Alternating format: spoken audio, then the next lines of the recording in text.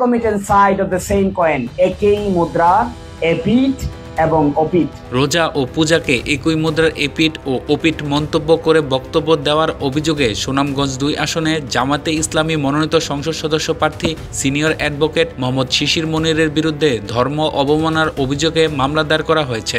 আদালত পুলিশের গোয়েন্দা বিভাগকে মামলাটি তদন্তের নির্দেশ দিয়েছেন। রোববার ঢাকার অতিরিক্ত চিফ মেট্রোপলিটন ম্যাজিস্ট্রেট জসিতা ইসলাম মামলার বাদী রিদওয়ান হোসেন রবিন নামে এক আইনজীবীর জবানবন্দি গ্রহণ করে এই আদেশ দেন। সংশ্লিষ্ট আদালতের বেঞ্চ সহকারী নাজমুল তালুকদার এই তথ্য নিশ্চিত করেছেন। একদিকে রোজা, আরেকদিকে হলো পূজা।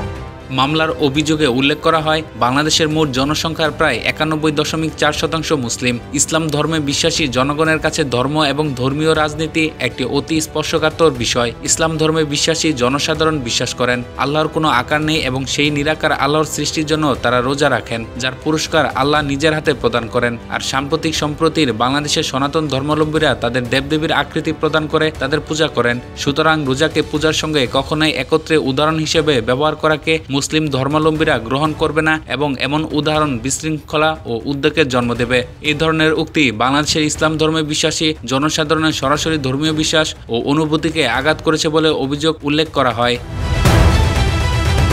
এতে আরও উল্লেখ করা হয়, কিছুদিন পূর্বে শিশির মনির ইচ্ছাকৃতভাবে DSN নামক একটি ইউটিউব চ্যানেলের মাধ্যমে বাংলাদেশের মুসলিম জনসাধারণের ধর্মীয় অনুভূতিতে আঘাত করে রাজনৈতিক ফায়দা লাভের চেষ্টায় একটি ভিডিওতে রোজা এবং পূজাকে একই মুদ্রার এপিঠ ও ওপিঠ উল্লেখ করেন। এই বক্তব্য সামাজিক যোগাযোগ মাধ্যম সহ বিভিন্ন সাইবার স্পেসে প্রচার ও প্রকাশ করে বাংলাদেশের মুসলিম জনসাধারণের ধর্মীয় অনুভূতিতে আঘাত হানার পাশাপাশি ধর্মীয় উদ্বেগ সৃষ্টি করেছে। এর ফলে ইসলাম ধর্মে বিশ্বাসী ধর্মপ্রাণ মুসলমানদের মধ্যে বিশৃঙ্খলা সৃষ্টি হয়েছে।